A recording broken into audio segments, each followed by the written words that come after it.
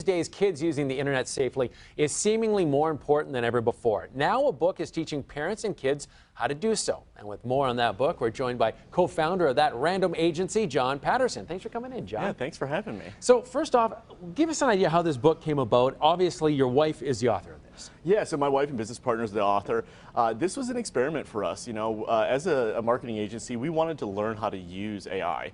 And because, you know, it can be somewhat controversial for some of our clients, or they may not want us to guinea pig them or use them as the test case, we decided to create something useful completely using AI. Yeah, so what is in the book? Yeah, so in the book is a lot of tips for parents to talk with their kids about things like, you know, stranger danger online, you know, cyberbullying and how to handle that and how to not be a cyberbully, how to, safely click a link, things that this season for sure, more and more kids are getting more and more screens, and more kids are getting access to the internet younger and younger.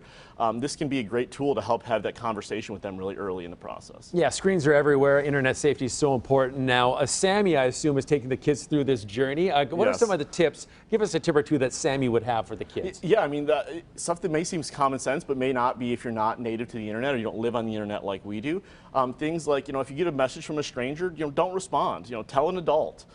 Things like if you see a link that you don't recognize or you see something that you might be suspicious of, don't click that. Because we've all heard the story about a child that accidentally buys, hundreds of dollars worth of credits on a game, or accidentally, reveals our banking information unbeknownst to us. And so these types of tips can help avoid some of that by giving those parents some tools to use. Now, you mentioned the book was created with AI. How is that process? Yeah, it was really interesting actually, and we actually published it with the help of Amazon, but we use tools like ChatGPT, which you've probably heard of, Midjourney, Canva actually has some great tools that we use to actually do the illustrations here. And so edited by humans, fact-checked obviously, because AI can produce things that are incorrect.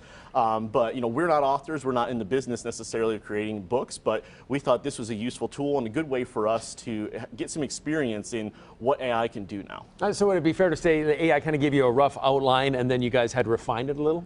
Yeah, so I would say that it's definitely fair to say that, right? So I mean, AI gave us the meat of what's in the book, right? And then we had human editors go in and actually update and tweak and make sure that things made sense, because AI is not perfect yet, but it does a really great job. And if you are able to read the book, you'll see just how great it could be. Amazing. AI already helping out like this. Now, tell us what you hope people take from this book. Yeah, what I really hope, and what I think Lauren would say, and the team that created it would want us to take away is that, there are risks on the internet, right? It's an inherently risky place. We live on the internet and what we do, and so we see a lot of that. But, to help them understand that there are tools out there, that there is a safe way that your children can use the internet. Screens are not necessarily totally our enemy. They can provide a lot of great experiences and great information for kids. We just have to help them do it safely. All right, Internet Safety Sammy is a book. John, thanks a lot for coming in today. Yeah, thanks for having me. Really appreciate that.